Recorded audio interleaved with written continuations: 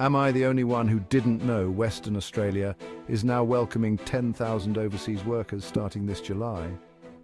From July 1st, 2024, Western Australia is launching a new Designated Area Migration Agreement, or Dama. This initiative will allow up to 10,000 skilled overseas workers to settle in WA annually, bridging critical workforce gaps. So what jobs are available?